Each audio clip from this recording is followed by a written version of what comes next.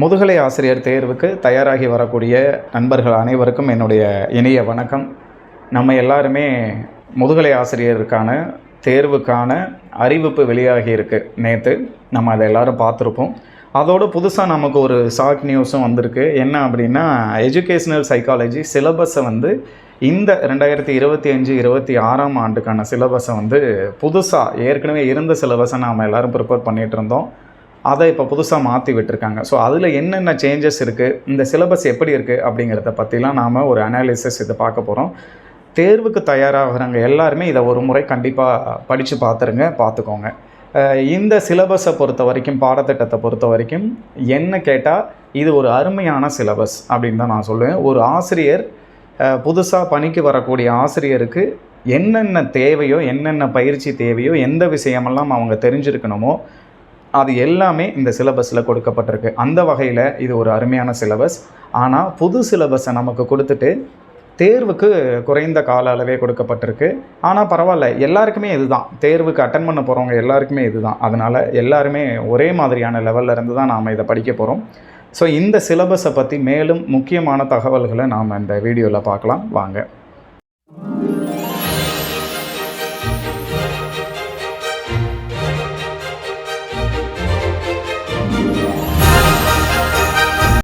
கல்வி உளவியல் சிலபஸ் இந்த பாடத்திட்டம், இதுக்கு முன்னாடி நாம் போன டிஆர்பி தேர்வு வரைக்கும் மொத்தம் 8 சாப்டராக இருந்தது. இப்போ 10 சாப்டராக அவங்க மாற்றிருக்கிறாங்க. இது முதல் விஷயம்.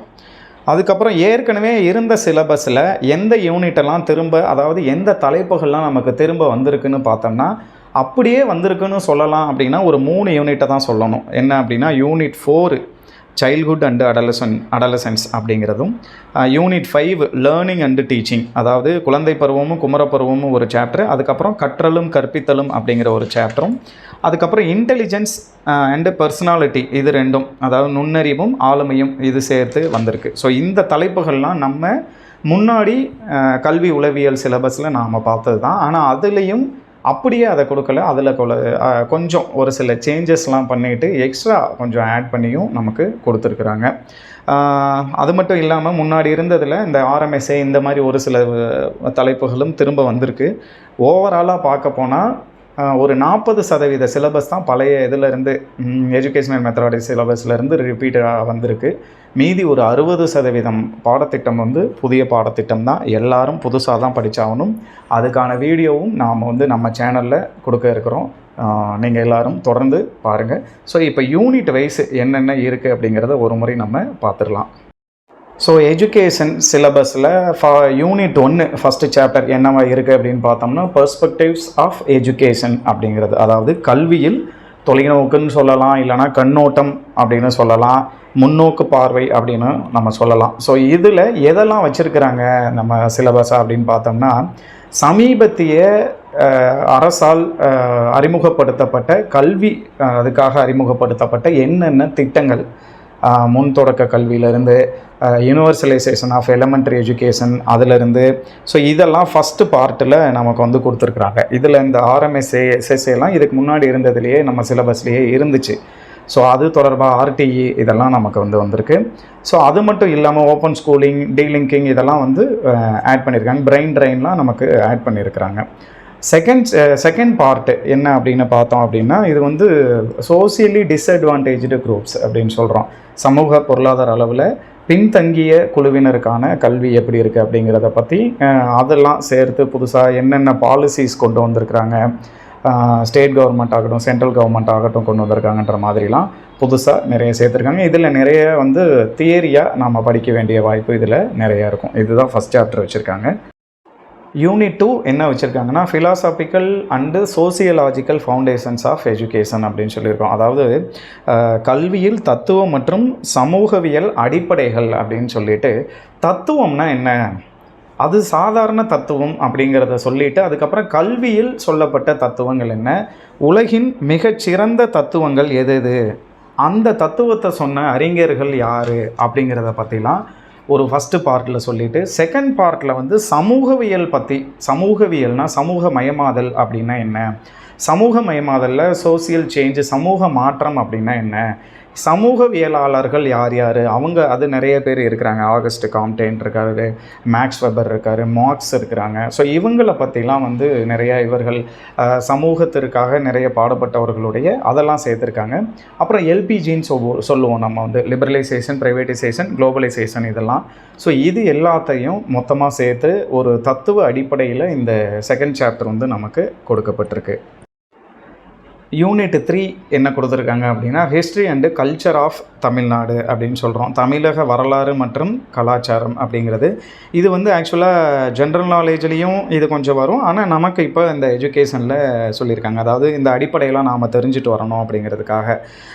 தமிழகத்தில் ஏற்பட்ட சமூக அரசியல் இயக்கங்கள் என்னென்ன, அதாவது அதான் அதில் சொல்லியிருக்காங்க. Political moments in education, social அப்படின்னு சொல்லிட்டு அப்படி என்னென்ன இயக்கங்கள் இருக்குது, ஒரு மாநில பல்கலைக்கழகங்கள் எப்படி உருவாச்சு, அதோடைய இன்ஃப்ராஸ்ட்ரக்சர் என்ன, தொழிற்கல்வி அப்படின்னா என்ன, ப்ரொஃபஷ்னல் எஜுகேஷன் அப்படின்னா என்ன, அது எந்த டைமில் உருவாச்சு, தமிழக நம்முடைய லிட்டரேச்சர் இயக்கங்கள், சமூகவியல், நம்முடைய கலாச்சாரம், இதை பற்றி எல்லாம் வந்து டோட்டலாக இந்த யூனிட் 3ல் வந்து டிஸ்கஸ் பண்ணியிருக்கிறாங்க.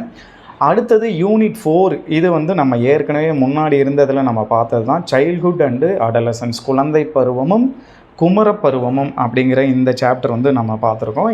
இதில் வந்து குழந்தை பருவத்துக்காக அதில் என்னென்ன நிலைகள், என்னென்ன ஸ்டேஜஸ் இருக்குது, அப்புறம் குமரப்பருவம்னா என்ன, குமரப்பருவத்துடைய வளர்ச்சி நிலைகள் என்ன, அப்புறம் இந்த குழந்தை பருவமும் குமரப்பருவமும் பற்றி என்னென்ன கோட்பாடுகள், அந்த பியாஜே என்ன சொல்லியிருக்காரு, ப்ரூனர் என்ன சொல்லியிருக்காரு, எரிக்சன் என்ன சொல்லியிருக்காருன்ற மாதிரி இவர்களுடைய தத்துவங்கள், அப்புறம் தனியால் வேறுபாடுகள், இதெல்லாம் நம்ம பார்க்குறோம். இதில் ஒரு 50% கிட்ட நம்ம ஏற்கனவே நம்ம சேனலில் வீடியோ இருக்குது. நம்ம டைரெக்டாக நீங்கள் சர்ச் பண்ணிங்கன்னா அது தெரியும். ஸோ அது போக மீதி என்ன இருக்கோ அதையும் நம்ம அடுத்த வீடியோவை நம்ம கொடுக்க இருக்கிறோம். அடுத்தது சாப்டர் 5, யூனிட் 5, அதாவது லேர்னிங் அண்டு டீச்சிங், கற்றலும் கற்பித்தலும் அப்படின்னு சொல்லிட்டு. இதில் நமக்கு கற்றல், லேர்னிங் ப்ராசஸ், லேர்னிங் தியரிஸ், இது எல்லாமே நமக்கு பழைய சாப்டரில் இருந்தது. அது அப்படியே லேர்னிங் கர்வ்னா என்ன, பிஹேவியர்ஸ் என்ன, தியரிஸ் ஆஃப் லேர்னிங்கு நம்ம ஏற்கனவே தாண்டைக்கு பாவ்லோலாம் பார்த்துருக்கோம். ஸோ அதெல்லாம் வந்து கோகுலர், கெஸ்டால்டு, இந்த தியரிலாம் நமக்கு வந்திருக்கு. இதெல்லாம் ஏற்கனவே பழைய சாப்டரில் நமக்கு இருந்தது.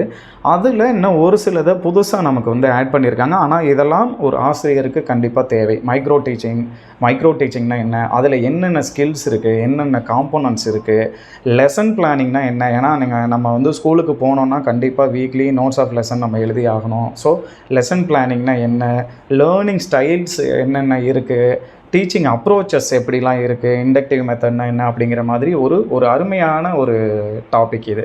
கற்றலும் கற்பித்தலும் கண்டிப்பாக ஆசிரியர்களுக்கு தெரிஞ்சுக்க வேண்டிய ஒரு சாப்டர் இது. அடுத்தது யூனிட் 6, இன்டெலிஜென்ஸ் அண்டு பர்சனாலிட்டி அப்படின்னு சொல்கிறோம். அதாவது வந்து நுண்ணறிவும் ஆளுமையும் அப்படின்னு சொல்லிட்டு, இது ஏற்கனவே நம்ம அங்கே பழைய சிலபஸில் இன்டெலிஜென்ஸ் இருந்துச்சு, நுண்ணறிவு அப்படிங்கிறதும் இருந்தது, நமக்கு பர்சனாலிட்டியும் நமக்கு வந்து இருந்தது. அதில் என்னென்ன மோட்டிவேஷன்னா என்ன, அட்டென்ஷன்னா என்ன, இன்ட்ரெஸ்ட்னா என்ன, இந்த தியரிஸ்லாம் நம்ம ஏற்கனவே பழைய இதில் பார்த்துருக்கோம். நம்ம சேனலில் அதுக்கான வீடியோஸும் நம்ம போட்டிருக்கோம். இன்டெலிஜென்ட் கோஎஃபிஷியன்ட்னா என்ன, ஐக்யூனா என்ன, யூக்யூனா என்ன, டிஸ்லெக்ஸியா, இதெல்லாம் நம்ம வந்து வீடியோ போட்டிருக்கோம். அதே மாதிரி பர்சனாலிட்டி பற்றியும், பர்சனாலிட்டின்னு என்ன, அதுக்கு உண்டான தியரிஸு, இதில் ஒரு சில தியரிஸ் வந்து பழைய சிலபஸை விட புதுசாக சேர்த்துருக்காங்க. ஸோ அதெல்லாம் அதை வச்சு நம்ம பார்த்துருவோம். அப்படி தான் இந்த 6th சாப்டர் வந்து பழைய இதிலேருந்து ஒரு 60 to 70% பழைய சாப்டரில் இருந்தது அப்படியே இருக்குது.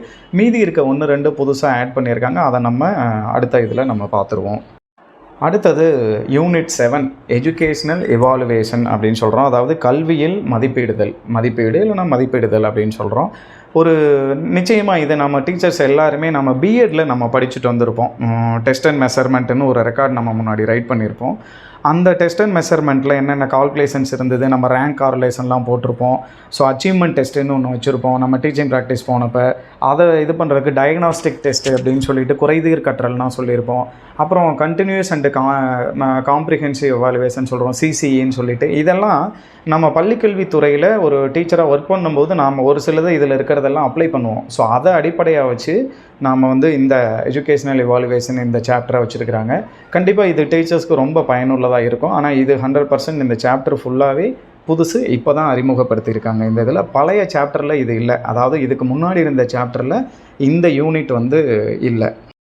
அடுத்து யூனிட் 8, மேனேஜ்மெண்ட் அண்டு அட்மினிஸ்ட்ரேஷன் அப்படின்னு சொல்கிறோம். அதாவது மேலாண்மையும் நிர்வாகமும். ஒரு ஆசிரியருக்கு லீடர்ஷிப் குவாலிட்டி எந்த அளவுக்கு தேவை அப்படிங்கிறத அடிப்படையாக வச்சு இந்த சாப்டர் வச்சுருக்கிறாங்க. ஏன்னா கண்டிப்பாக ஒரு ஸ்கூல் அட்மின் பண்ண போகிறோம், கிளாஸ் ரூம் அட்மினிஸ்ட்ரேஷன் நம்ம பார்க்க போகிறோம், ஒரு ஹெச்எம்மாக ப்ரொமோட் ஆகும்போது ஸ்கூல் அட்மினிஸ்ட்ரேஷன் டோட்டலாக நம்ம பார்க்க போகிறோம். அதுக்கு மேலே ஒரு அதிகாரியாக, கல்வியில் அதிகாரியாக நம்ம போகும்போது, ப்ரொமோஷன் பண்ணும்போது அந்த நமக்கு நிர்வாகம், மேனேஜ்மெண்ட், மேலாண்மை எல்லாமே நமக்கு தெரிஞ்சிருக்க வேண்டியது. ஸோ அதை அடிப்படையாக வச்சு இந்த சாப்டர் வந்து வச்சுருக்கிறாங்க. SWOC, அப்புறம் TQM, டோட்டல் குவாலிட்டி மேனேஜ்மெண்ட்னா என்ன அப்படிங்கிறது, இதெல்லாம் வந்து மேனேஜ்மெண்ட்டில் புது கான்செப்ட். மேலாண்மையில் படிப்புகளில் நாம் படிக்க வேண்டிய தலைப்புகள். ஆனால் ஒரு ஆசிரியருக்கு மேலாண்மையும் முக்கியம் அப்படிங்கிறதுனால அதில் இந்த தலைப்பை வச்சு நமக்கு சேர்த்துருக்காங்க. ஸோ இதுவும் நம்ம பார்த்துருவோம். ஸோ யூனிட் 9 அதில் என்ன பார்க்குறோம் அப்படின்னா, கரிக்குலம் டிசைன் அண்டு டெவலப்மெண்ட், அதாவது கலைத்திட்ட வடிவமைப்பும் முன்னேற்றமும் அப்படிங்கிறது இந்த தலைப்பில் வச்சுருக்காங்க. ஒரு கலைத்திட்டம் அப்படின்னா என்ன அப்படிங்கிறதும், அதில் என்னென்ன தத்துவங்கள் இருக்குது, ஒரு கலைத்திட்டம், ஒரு பள்ளிக்கான கலைத்திட்டம் அப்படிங்கிறது ஒட்டுமொத்த செயல்பாட்டையும் நாம் பிளான் பண்ணுறது. அது எப்படி ஒரு பள்ளிக்கூடத்துக்கான இல்லை ஒரு கல்வி நிறுவனத்துக்கான கலைத்திட்டத்தை எப்படி உருவாக்குறது, அதில் என்னென்ன கோட்பாடுகள் இருக்குது அப்படிங்கிறதெல்லாம் இந்த சாப்டரில் நம்ம முக்கியமாக நம்ம வந்து பார்க்க போகிறோம்.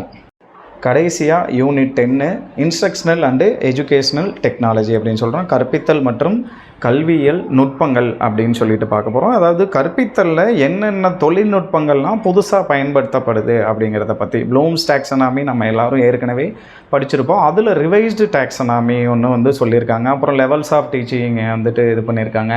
ப்ளஸ் வந்து இதில் பாருங்கள், முக்கியமாக AI in education, artificial intelligence, MOOCs அப்படின்னு சொல்லிட்டு இப்போ ஆன்லைன் லேர்னிங்கில் ரொம்ப முக்கிய பங்கு வகிக்கிறத பற்றி ஒரு சில இதுங்க. அதுக்கப்புறம் ப்ரோக்ராம்டு லேர்னிங், திட்டமிடப்பட்ட கற்றல் அப்படின்னு சொல்லுவோம் நம்ம, அது எல்லாத்தையுமே சொல்லியிருக்காங்க. இதெல்லாம் ஏற்கனவே நம்ம பிஎட்டில் முன்னாடி கோர்சஸாக இருந்தது. இடையில கொஞ்ச நாள் நம்ம இதுக்கு முன்னாடி வச்சுருந்த சிலபஸில் இதோட இது இல்லை.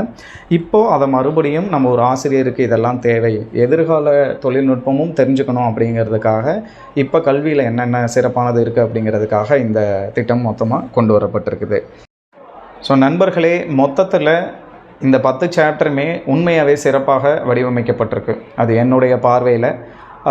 இது ஆனால் படிக்கிறதுக்கான காலம் வந்து இப்போ கொஞ்சம் குறைவான காலம்தான். இதில் முக்கியமான தலைப்புகள் தியரி, ரொம்ப தியரியாக இல்லாமல், தியரி பார்ட்டு ஃபுல்லாக நம்மளால் கவர் பண்ண முடியாது. தியரி இல்லாமல் ரொம்ப இம்பார்ட்டண்ட்டாக எதெல்லாம் நம்மளால் சொல்ல முடியும் அப்படிங்கிறது எல்லாத்தையுமே கண்டிப்பாக நம்ம தொடர்ந்து வீடியோவாக நம்ம சேனலில் கொடுக்க இருக்கிறோம். ஸோ தொடர்ந்து நம்ம சேனலை ஃபாலோ பண்ணுங்கள். என்ன அப்டேட்னாலும் நம்ம இதன் மூலமாக நம்ம தர இருக்கிறோம். உங்களுடைய சந்தேகங்கள் எது இருந்தாலும் நீங்கள் கமெண்ட்டில் நீங்கள் மென்ஷன் பண்ணுங்கள். உங்கள் நண்பர்கள் எல்லாருக்கும் நம்ம சேனலை கொண்டு போய் சேருங்க. தொடர்ந்து பார்க்குற உங்கள் எல்லாருக்கும் என்னுடைய நன்றி.